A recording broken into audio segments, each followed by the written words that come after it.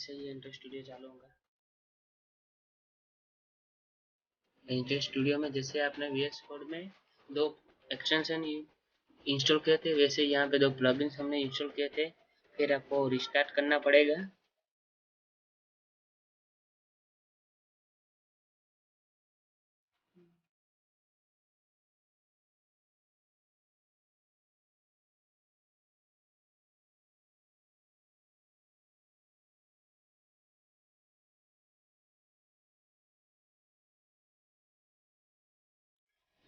जैसे ही आप रिस्टार्ट करेंगे, यहाँ पे आपको न्यू लाइन आपको दिखाई देगी, start a new Flutter project. उस पर क्लिक करने का है।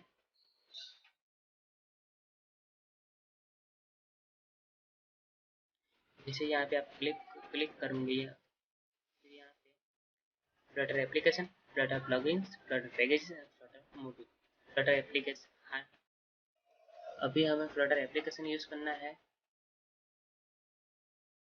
तो नेक्स्ट,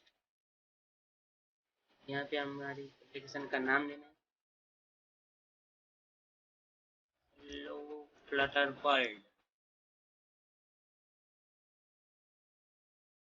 तो यहाँ पे मैंने मेरी एप्लीकेशन का नाम हेलो फ्लटर वर्ल्ड रख दिया। यहाँ पे हमें एसटीके का पाथ सेट करने का है।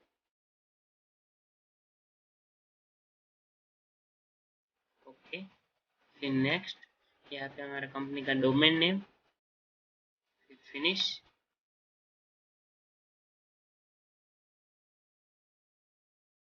मेरा फ्लटर प्रोजेक्ट क्रिएट हो रहा है।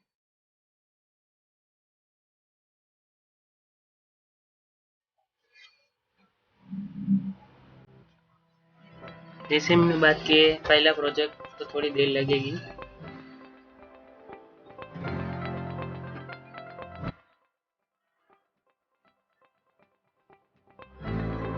देखो लोडिंग हो रहा है कंपोनेंट,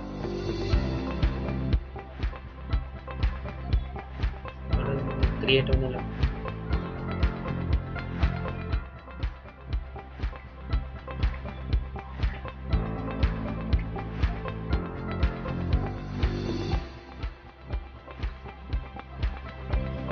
बिल्डिंग सिंबल्स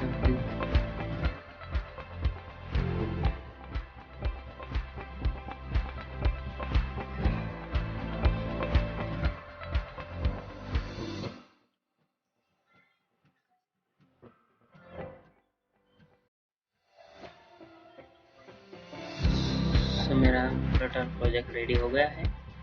देख सकते हैं ये मेन डॉट डाट है, जिसमें हमें डिजाइनिंग एंड यूआई का कोड लिखने का है।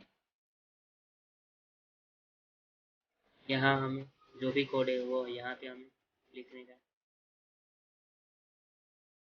यहाँ पे हमें जैसे ही VS कोड में दी गई थी फोल्डर, वैसे हमें यहाँ पे एंड्रॉयड है जिसमें हमारा एंड्रॉयड की फाइल होगी, आईओ है जिसमें हमारा iOS की फाइल होगी, लिब फोल्डर जिसमें हमारा मेन डॉट डाट होगा, इसमें हम सब टाइप करेंगे।